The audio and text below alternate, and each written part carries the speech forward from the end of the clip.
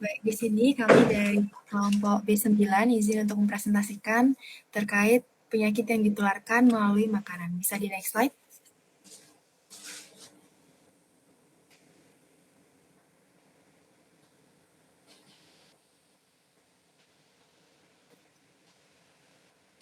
Baik, untuk materi yang akan kami bahas diantaranya adalah faktor penularan dan cara penularan, bakteri foodborne disease, ekologi organisme dalam makanan, pengendalian dan juga penyakit spesifik yang ditularkan melalui susu dan juga produk susu. Bisa di next slide. Untuk anggota kelompok kami bisa dilihat di layar ada Apsana dengan NIM akhir 082, Chris Stephen dengan NIM akhir 084, Puja dengan NIM akhir 110 dan juga Olive dengan NIM akhir 126. Bisa di next slide.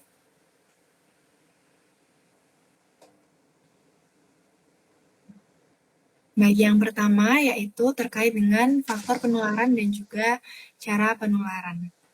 Jadi untuk faktor penularan dari pemakanan sendiri, antaranya itu karena adanya patogen dari bahan pekerja ataupun dari hewannya, lalu juga bisa disebabkan karena kontaminasi silang dari tangan, alat maupun pakaian.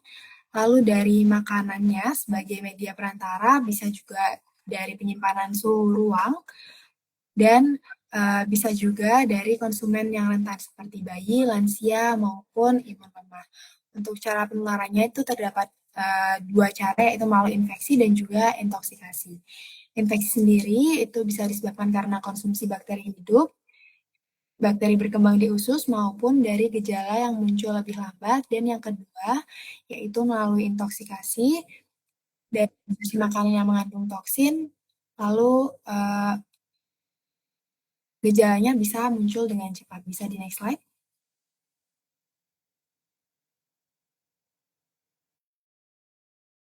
Baik, untuk selanjutnya akan dijelaskan oleh rekan saya. Baik, selanjutnya terkait bakteri foodborne disease yang umum dijumpai pada bahan makanan. Tolong next slide. Yang pertama ini yaitu bakteri salmonellosis, yang mana pada salmonellosis ini agen penyebabnya adalah bakteri Salmonella sp yang memiliki banyak seratif. Untuk masa inkubasinya itu sekitar 6-48 jam. Dengan gejala yang muncul biasanya ditimbulkan meliputi diare, nyeri perut, mual, dan demam. Untuk sumbernya terdapat dari kontaminasi, biasanya berasal dari daging, telur, susu mentah, dan air yang tercemar. Pencegahannya sendiri bisa dilakukan dengan memasak makanan dengan hingga matang dan menghindari kontaminasi silang. Slide.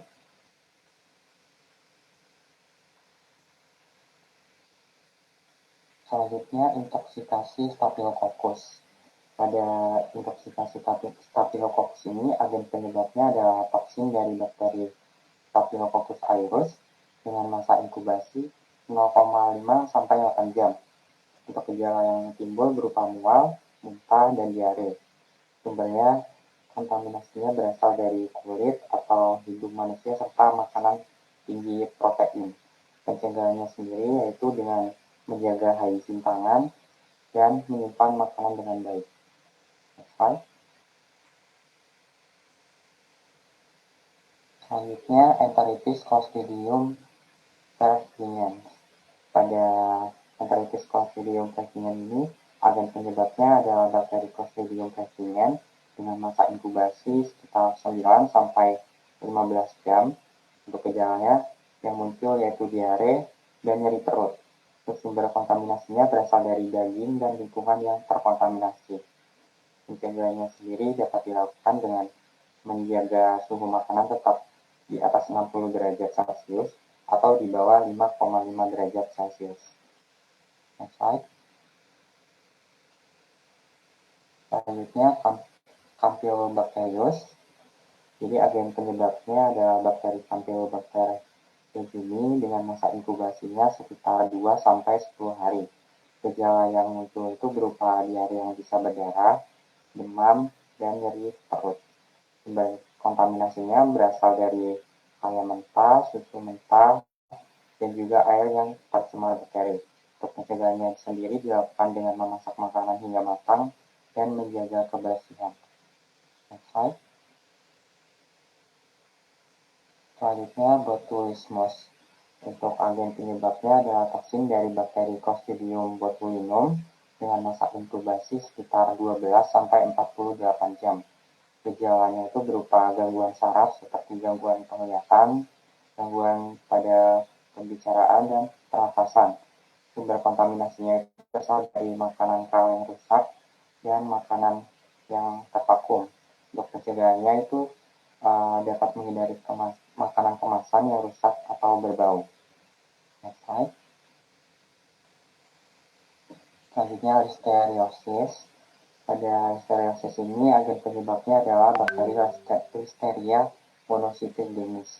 Gejalanya yang dapat ditimbulkan itu mirip flu dan pada kondisi berat dapat menyebabkan meningitis. Untuk sumber kontaminasinya itu berasal dari susu dan makanan dingin yang disimpan di lemari es. Pencegahannya itu dapat dilakukan dengan menyimpan makanan sesuai suhu dan memeriksa tanggal dalatnya.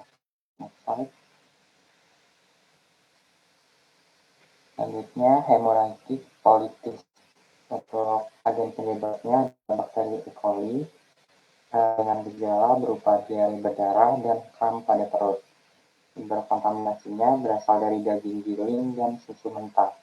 Pencegahannya sendiri dapat dilakukan dengan memasak makanan hingga matang dan menjaga sanitasi dengan baik. Dan yang terakhir, Yersiniosis. Untuk agen penyebabnya adalah bakteri Yersinia enterocolitica dengan masa inkubasi sekitar 1-7 hari. Gejalanya itu berupa nyeri perut, diare, dan demam. Sumber kontaminasinya berasal dari babi, susu, sayur, dan makanan laut. Pencegahannya dapat dilakukan dengan memasak makanan hingga matang dan menjaga kebersihan. Next. Untuk selanjutnya akan dijelaskan oleh rekan saya. Baik, selanjutnya merupakan ekologi organisme dalam makanan, di mana ini membutuhkan suhu dan nutrisi yang sesuai agar bisa tumbuh dan berkembang biak. Makanan tidak hanya menjadi sumber nutrisi, tetapi juga dapat menjadi media perantara perpindahan bakteri. Hal ini dapat dilihat pada gambar yang sudah saya cantumkan, di mana ini terjadi kontaminasi makanan yang bisa berasal dari berbagai sumber seperti bahan mentah, air, debu, hewan, hingga manusia sebagai pengolah makanan. Pertumbuhan bakteri dalam makanan dipengaruhi oleh beberapa faktor seperti sifat bahan makanan, suhu penyimpanan, dan lama penyimpanan. Jika kondisi lingkungan mendukung, jumlah bakteri akan meningkat dan dapat menyebabkan penyakit. Itu kemampuan bakteri untuk menimbulkan penyakit juga dipengaruhi oleh jenis bakterinya dan kondisi tubuh orang mengonsumsi makanan. Makanan yang paling sering berhubungan dengan foodborne disease biasanya berasal dari hewan, terutama daging dan unggas. Karena itu, kasus penyakit sering terjadi akibat kontaminasi saat persiapan makanan dan penyimpanan yang terlalu lama sebelum dikonsumsi.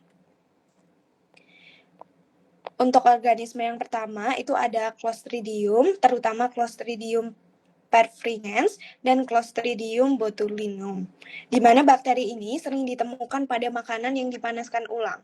Sporanya tahan terhadap panas sehingga masih dapat bertahan saat proses memasak. Jika makanan didinginkan secara lambat, spora akan berubah menjadi bentuk aktif dan berkembang cepat pada suhu di bawah 50 derajat Celcius. Untuk Clostridium perfringens ini menghasilkan toksin di dalam usus, sedangkan Clostridium botulinum ini menghasilkan toksin langsung di dalam makanan sehingga efeknya lebih berbahaya, di mana resiko infeksi dapat meningkat pada panas dan proses yang tidak tepat. Selanjutnya itu ada Staphylococcus aureus, di mana bakteri ini umumnya berasal dari manusia, terutama tangan pengolah makanan. Biasanya ditemukan pada makanan matang yang disajikan dingin. Staphylococcus ini menghasilkan enterotoksin di dalam makanan dan toksin tersebut tetap aktif walaupun makanan dipanaskan kembali. Oleh karena itu, higien bekerja dan penanganan makanan setelah dimasak sangat penting untuk diperhatikan. Dan yang terakhir itu merupakan Salmonella sp, di mana ini berasal dari bahan makanan mentah, terutama daging, yang sering kali ada sejak proses pemotongan. Untuk penularan banyak terjadi melalui kontaminasi silang dari tangan, alat, maupun permukaan yang digunakan saat pengolahan makanan. Salmonella ini sebenarnya dapat mati dengan pemasakan sempurna, tetapi resiko tetap tinggi jika bahan mentah kontak kembali dengan makanan mentah. Untuk slide selanjutnya akan dijelaskan oleh rekan saya. Baik, untuk selanjutnya yaitu pengendalian dari foodborne disease. Nah, foodborne disease ini bisa dikendalikan melalui dua cara, yaitu saat mempersiapkan makanan dan juga periode penyimpanan makanan. Saat mempersiapkan makanan, makanan bisa dipisah dari bahan mentah dan juga bahan matang untuk menghindari adanya kontaminasi silang. Yang kedua, bisa menggunakan peralatan, area kerja, dan juga tenaga kerja yang berbeda, yang pastinya tetap untuk menghindari adanya kontaminasi silang. Yang ketiga, cuci tangan sebelum dan juga sesudah menangani bahan pangan, dan selanjutnya membersihkan peralatan setelah kontak dengan bahan pangan. Nah, hal ini bertujuan untuk mengurangi perpindahan mikroorganisme patogen ke makanan yang nantinya siap untuk dikonsumsi. Selanjutnya yaitu mengendalikan cairan daging atau drip agar tidak lingkungan, dan yang terakhir menerapkan hygiene dan juga sanitasi sesuai dengan standar keamanan. Untuk periode penyimpanan makanan sendiri itu dapat dikendalikan dengan yang pertama dinginkan makanan setelah masak, yaitu lebih kurang 4 hingga 8 derajat Celcius atau suhu lemari es. Dan perlu juga menghindari penyimpanan suhu ruang terlalu lama, lebih dari 2 jam, lalu dapat dipanaskan ulang hanya saat akan dikonsumsi dan tidak dipanaskan berulang karena dapat meningkatkan resiko kontaminasi serta menurunkan kualitas makanan. Lalu perlu diperhatikan suhunya, yaitu mempertahankan suhu panas lebih dari atau sama dengan 60 derajat Celcius. Dan untuk makanan dingin harus dijaga pada suhu di bawah 5,5 derajat Celcius. Nah, rentang suhu di antara nilai tersebut itu dikenal dengan danger zone atau zona bahaya, yaitu kondisi ideal bagi pertumbuhan bakteri. Oleh karena itu, makanan itu dalam jumlah besar itu disarankan untuk dibagi menjadi bagian yang lebih kecil.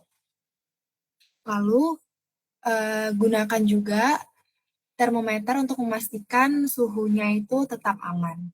Untuk slide selanjutnya bisa dijelaskan oleh rekan saya.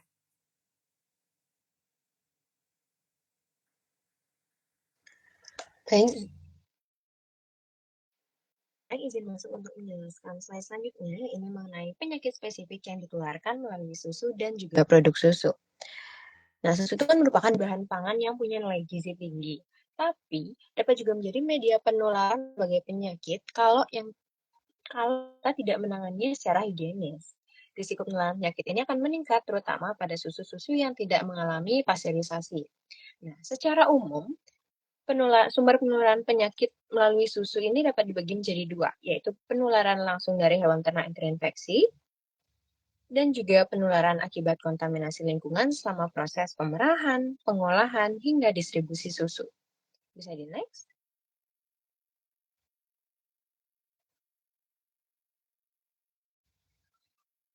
Kita mulai dari penyakit yang pertama, yaitu tuberkulosis yang disebabkan oleh Mycobacterium bovis.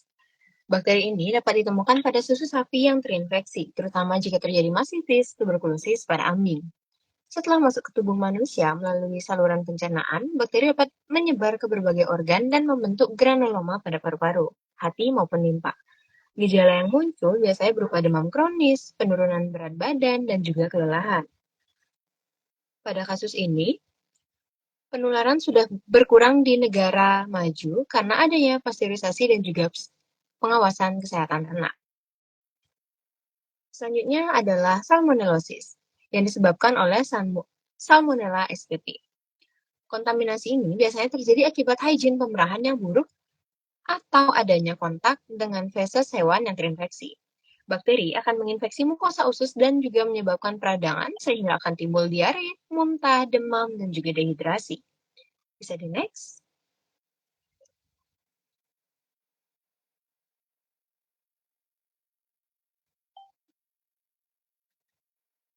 Selanjutnya yaitu brucellosis akibat dari Brucella abortus. Penularannya terjadi melalui konsumsi susu mentah atau produk susu yang tidak dipasteurisasi.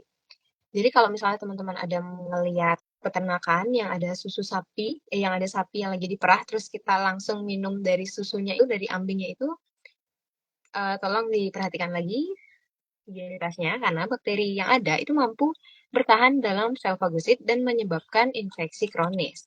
Gejalanya itu meliputi demam yang naik turun, keringat malam hari, dan juga nyeri sendi. Selain itu, juga berdampak pada kesehatan manusia. Penyakit ini juga menimbulkan kerugian ekonomi di bidang ternakan. Kemudian, leptospirosis, disebabkan oleh Leptospira interrogans. Susu dapat terkontaminasi oleh urin hewan yang terinfeksi, terutama pada lingkungan yang kurang higienis. Setelah masuk ke tubuh, bakteri menyebar melalui darah dan menyerang organ penting seperti hati dan juga ginjal. Gejalanya antara lain demam tinggi, nyeri otot, dan juga ikterus pada kasus berat. Selanjutnya adalah demam Q, yang disebabkan oleh Coxiella bonnetti. Bakteri ini tahan terhadap lingkungan dan dapat ditemukan pada susu mentah maupun produk susu lainnya. Infeksinya dapat menyebabkan demam tinggi, sakit kepala, serta gangguan pada paru-paru dan juga hati. Bisa di next.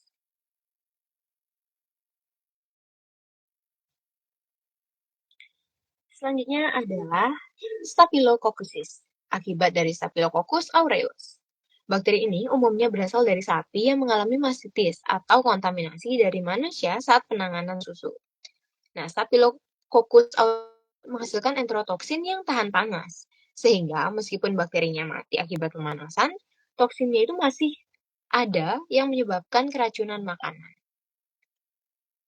Selanjutnya, itu adalah Listeriosis yang disebabkan oleh Listeria monocytogenes, yang bakteri ini uniknya karena mampu tumbuh pada suhu rendah, termasuk dalam lemari pendingin.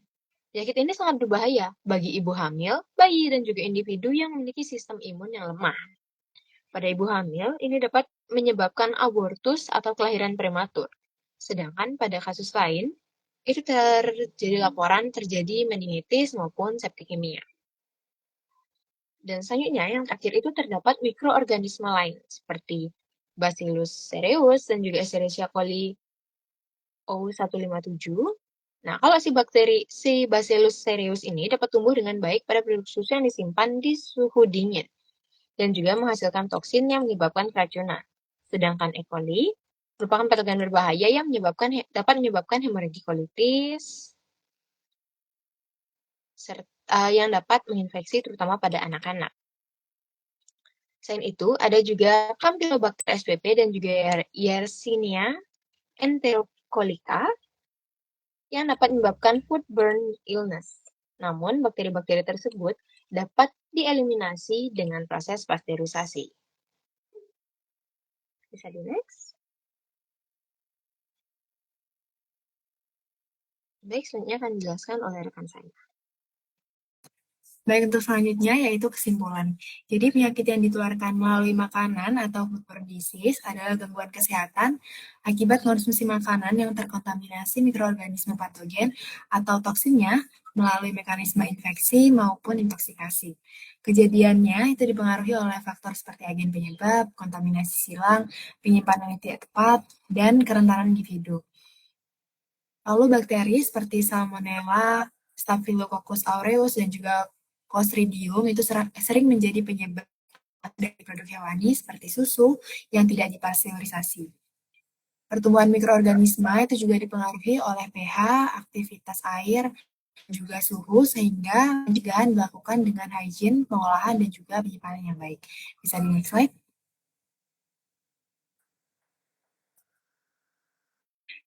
Jadi sekian presentasi dari B9.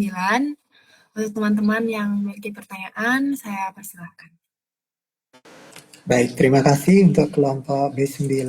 Ada Made Apsana Suwerni, kemudian Chris Stepan Gandhi Santana, Sekar Simala, dan Dinda Olivia.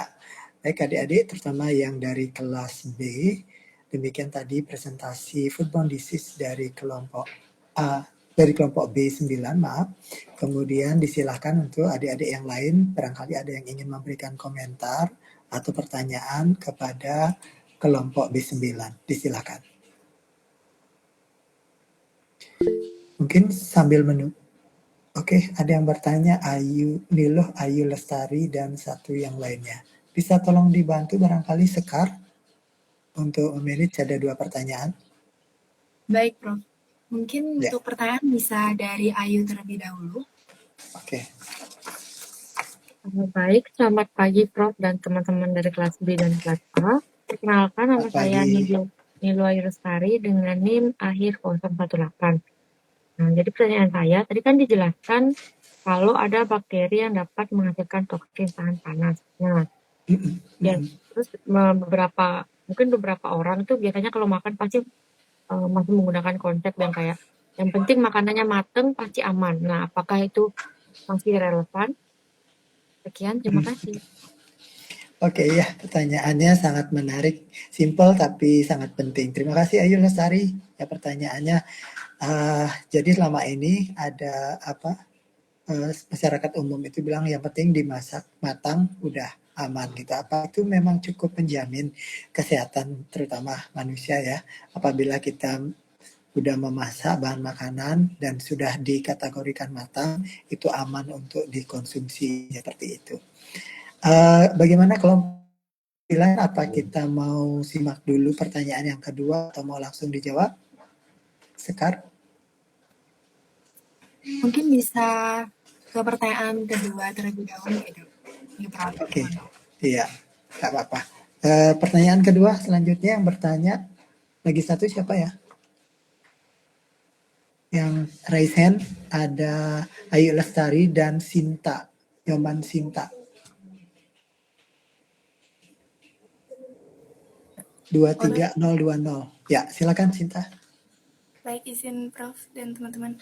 Saya izin bertanya mungkin dari perkenalkan saya Nyoman Sinta Saputri dengan NIM akhir 020.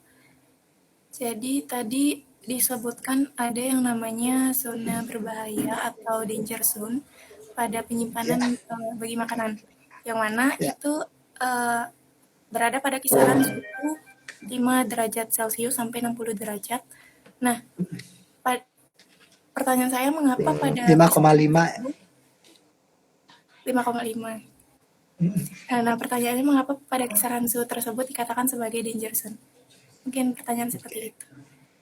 Ya, jadi tadi kalau tidak salah betul kelompok B9 mengatakan kalau makanan yang dingin sebaiknya disimpan di bawah suhu 5,5 derajat Celcius. Sedangkan untuk yang hangat atau panas itu diusahakan lebih besar sama dengan 60 derajat Celcius. Di antara suhu tersebut dikategorikan sebagai danger zone gitu. Nah, tadi mungkin sudah dijelaskan oleh kelompok B9, barangkali mohon diulang lagi kalau bisa lebih detail sedikit dijelaskan yang danger zone dalam hubungannya dengan suhu penyimpanan makanan tersebut. Baik, silakan untuk kelompok B9 direspon. Mana yang mau direspon duluan boleh. Pertanyaan pertama dari Ayu Lestari atau pertanyaan yang kedua dari Sinta Saputri. Silakan kelompok B9. Baik, izin masuk. Izin untuk menjawab pertanyaan yang pertama dari Ayu Lestari terkait jadi beberapa bakteri itu dapat menghasilkan toksin tahan panas. Untuk konsep makanan matang itu pasti aman, itu kenapa tidak? Jadi untuk konsep makanan matang pasti aman itu sebenarnya tidak sepenuhnya relevan. Beberapa kasus foodborne itu berbahaya yang berbahaya itu bukan lagi bakterinya, melainkan dari vaksin yang sudah dihasilkan bakteri tersebut. Contohnya itu seperti Staphylococcal food poison akibat dari Staphylococcus aureus. Untuk enterotoksinnya yang dihasilkan itu bersifat tahan panas sehingga meskipun bakterinya sudah mati setelah dipanaskan, toksinnya itu masih dapat menyebar dan dapat menyebabkan seperti mual, muntah, dan juga diare. Jadi karena itu keamanan makanan itu tidak hanya bergantung pada proses memasaknya saja, tapi juga pada seluruh proses penanganannya. Mungkin jawaban saya seperti itu. Apakah dari Prof ada tambahan? Ya, saya kira cukup. Terima kasih, Christopher.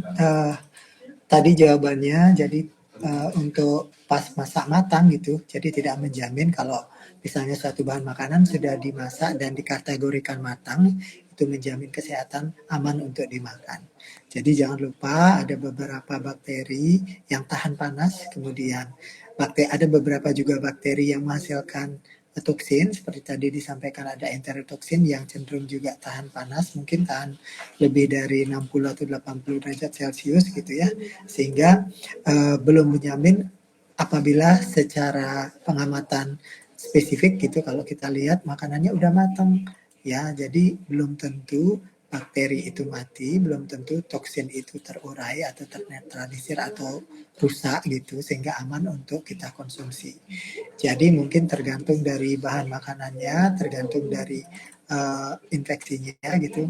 Kecenderungan yang lebih aman itu memang kita memasak kan nggak ngukur ya, ini benar 100 derajat Celcius nggak sih gitu. Udah 5 menit nggak sih gitu. Cenderung kita nggak akan melakukan pengukuran terhadap suhunya, kemudian lamanya apabila kita memasak gitu. Cuman ya kita harus aware juga, ada beberapa bahan makanan terutama tadi disampaikan berasal dari daging atau unggas, produk daging hewan atau unggas yang bisa terkontaminasi bakteri atau toksin yang tahan panas gitu. Jadi selain aware, jadi kita bisa memasaknya itu biar lebih yakin bahwa memang suhunya sudah melebihi batas yang 60 derajat tadi itu, kemudian dalam waktu mungkin lebih dari 5-10 menit sehingga lebih aman untuk dikonsumsi. Jadi seperti itu ya adik-adik ya. Terutama merespon pertanyaan dari Ayu Lestari 048. Ayu Lestari gimana? Bisa diterima pertanyaannya? Bisa, Dokter. Jawabannya? Oke, baik. Bisa, Terima Prof. kasih. Terima kasih gitu. Oke, terima kasih.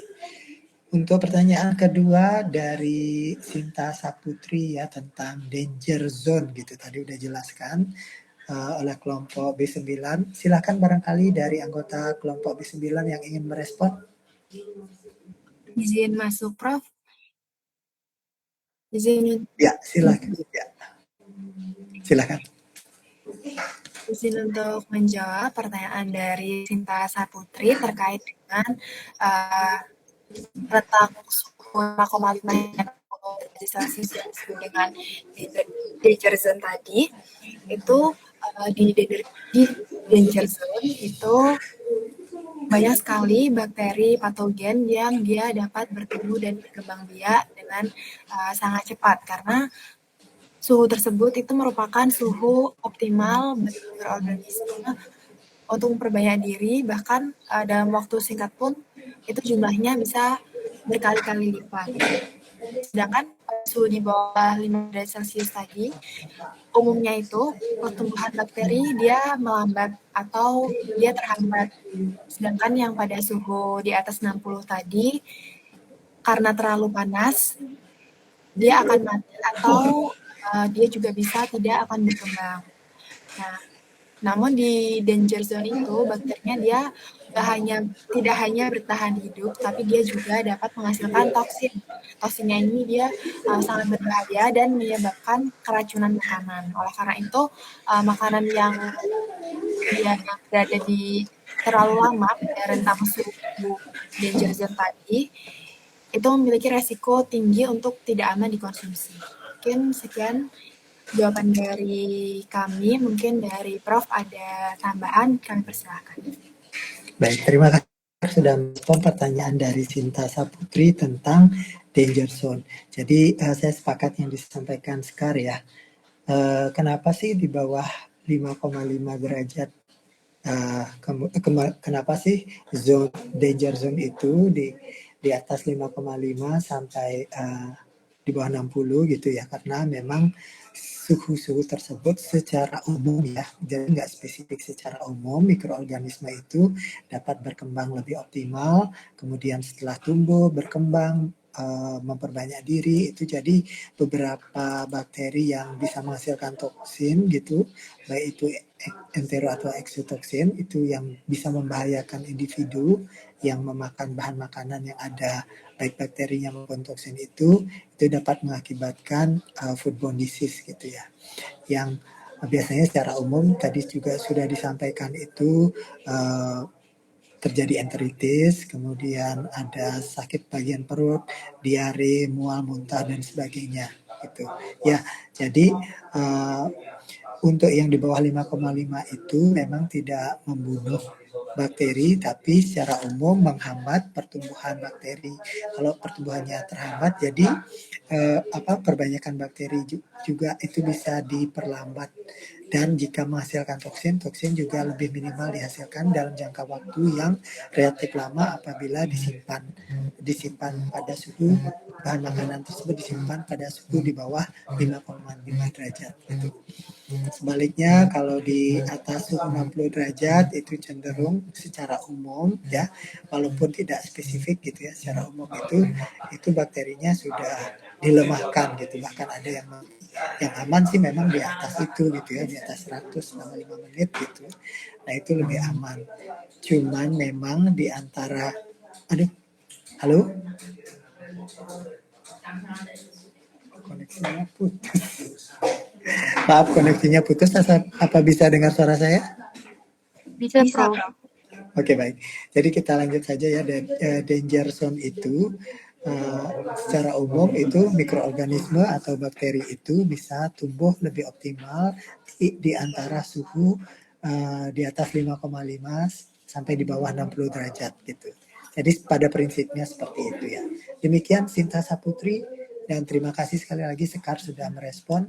Apa bisa dipahami ya barangkali Sinta Saputri? Bisa, terima kasih Prof dan kelompok 9. Oke, baik. Terima kasih kembali.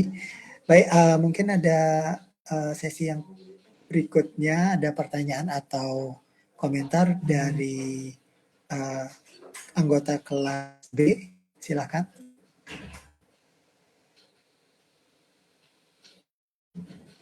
Baik, kalau tidak ada mungkin kita cukupkan ya perkuliahan pada hari ini.